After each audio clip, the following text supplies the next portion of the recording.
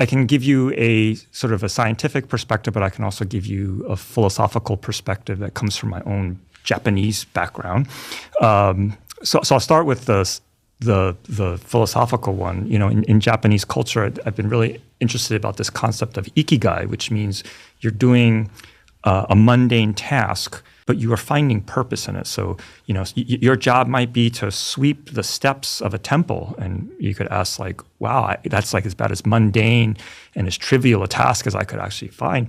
But, the idea of Ikigai is to sort of think about it. If that is your purpose, if that's your piece of the pie, like you're part of this giant system and this is the important cog that you fill, it actually enhances well-being. That they'll do it until they're like 90 years old. They'll still be doing it and they won't give it up because they find so much meaning in the simple task.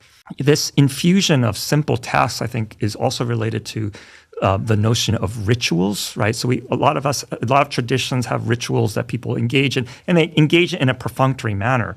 But if you engage it in a meaningful way, it has this power to connect us to everyone else who has ever done the ritual and anyone who might in the future. So sort of expands us to include more people in us. And I'm really interested in this idea that we can draw sacredness from these mundane tasks. Again, this is all speculation. My colleague, Shira Gabriel, she's at SUNY Buffalo. She studies what's known as collective effervescence, this idea of these magical experiences that we have when we're in a crowd, all kind of doing the same thing. So like if we all go to a football game and we're all cheering at the same time, or we go to a concert and we're all singing Taylor Swift together, like whoever your singer of choice might be, that there's sort of like a magicness where we're doing something that's fairly mundane, but it feels sacred and special to us. It's just infusing it with meaning. Just going back to your point, I wonder, for some people, doing the simple tasks might just be a way of connecting to the essence of the science itself or the essence of the task itself. So when I was doing martial arts, you're supposed to tie your armor on in a certain way, and you're supposed to bow in a certain way. And in some senses, it's like, well, there's a stupid set of traditions. And you could just go through them in perfunctory manner.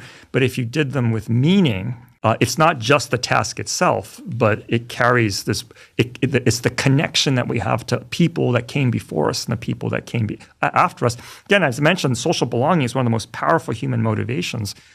If we can create these bonds through these simplistic rituals, those, again, these are all speculations that I'm drawing, but it could potentially be really, really powerful. And this idea that there might be sacredness in the mundane is an idea that I think really interesting to me. So perhaps, this PI that you're talking about felt more connected to the lab by doing these mundane tasks that I personally would not want to do.